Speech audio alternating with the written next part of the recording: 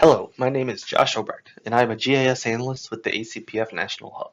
In this video, we're going to discuss the Create Riparian Catchments Tool. This is the first tool in the Riparian Assessment section of the ACPF Toolbox. Riparian catchments are essentially watersheds, whose outlets are lengths of stream bank.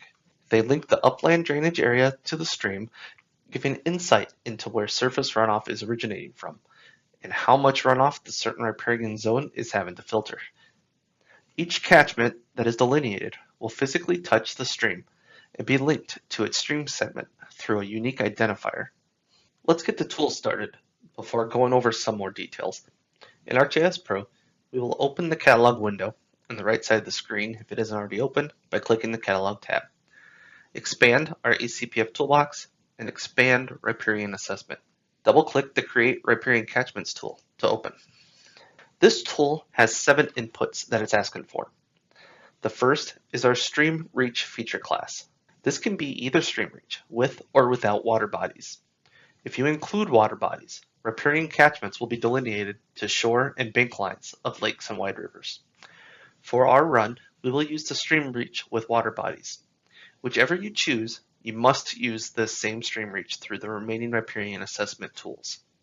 Since we will be using the stream reach with water bodies, this is the stream reach we will use for riparian attribute polygons, height above channel, and the other riparian assessment tools. Let's choose our stream reach in the first dropdown as it is in our map.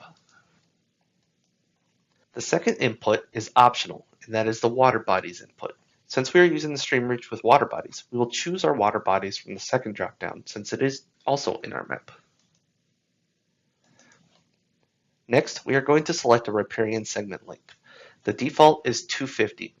If you lower the length, you are going to have more riparian catchments per stream segment.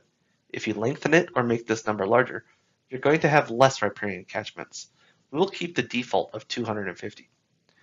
When we choose our stream reach feature class, 4 of our other inputs auto-populated. These are our flow direction raster, our flow accumulation raster, field boundary feature class, and our drainage table. The output we're going to get is our riparian catchments polygon feature class. Click Run to run the tool. To determine the catchments, the length of each reach is found first. This is carried as the length attribute in the stream reach feature class. In this example, this reach is 691.25 meters long. The second step, the number of segments to be placed along the reach, is calculated. This is done by dividing the length by the riparian segment length, and then we round up or down. So again, we had a length of 691.25 meters. As the default suggests, we chose 250 meters to be our riparian segment length.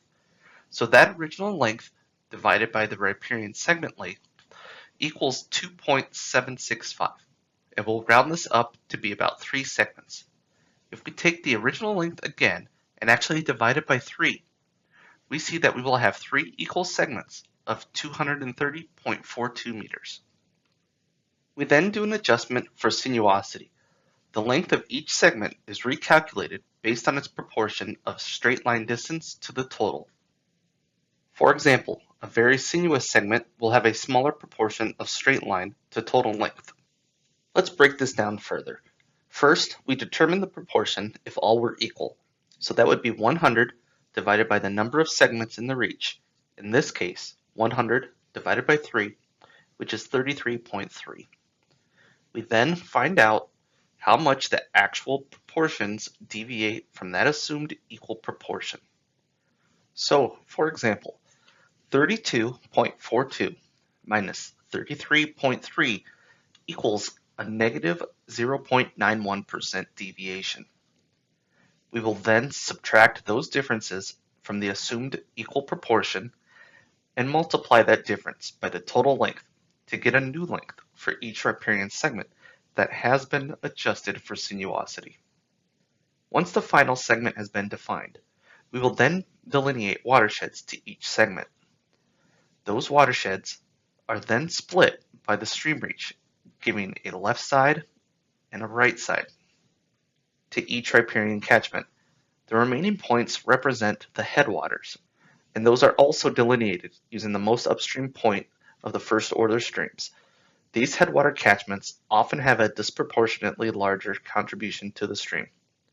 Each riparian catchment is going to carry a unique ID, and that field is called the riparian ID.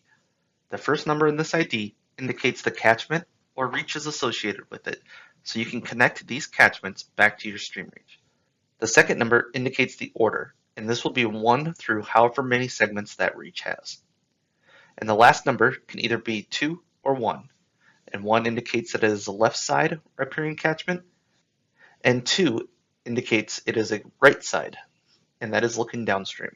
Any headwater catchments will be identified as listing the catchment or stream reach ID underscore followed by the word headwaters.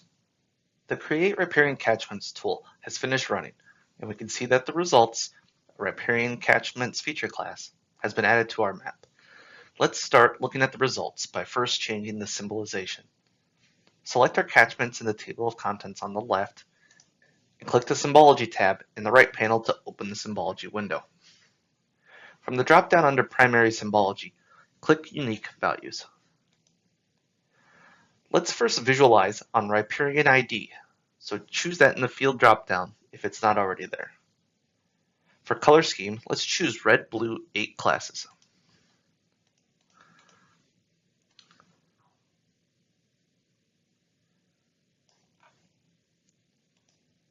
After choosing the color scheme, click on the button that states Add All Values, and click Yes in the message box that pops up.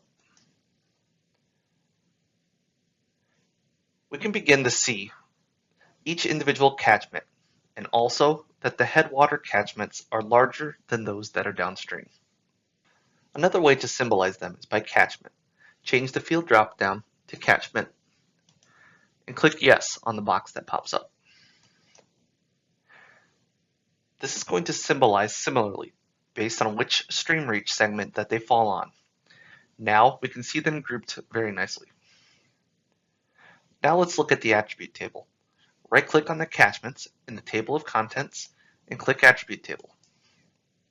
The first attribute, the riparian ID, we covered earlier, where we have the catchment number first, the order number second, and this is going to be 1 all the way through the number of segments along the reach, along with your headwaters, and then the identifier of 1 or 2, indicating which side it is on, looking downstream. We then have how many acres this riparian catchment is in size. The len met field is next. This is the length of the stream that the catchment falls along, and this is the actual length. Then we have SL length, which is the straight line length. This is the straight line distance between the endpoints of the reach. Then we have a breakdown of which catchment and subcatchment it's associated with. We also have how many acres within that riparian catchment is cropland, pasture land, and how many acres are likely to be tile drained.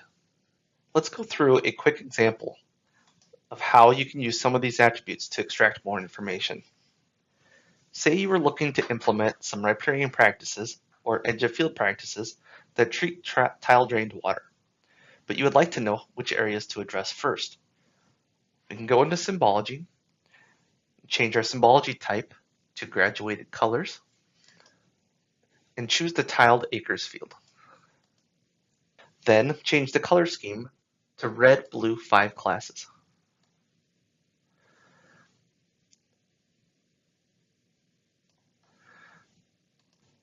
The blue colored catchments are showing those with the most acres that are tile drained. This provides a better idea where those edge of field practices or riparian practices that address tile drained water would be better suited compared to those red areas where you are likely to have less tile drained land. To recap, we ran the Create Riparian Catchments tool and discussed how these are determined. In the next video, we will run the second riparian assessment tool, Create Riparian Attribute Polygons.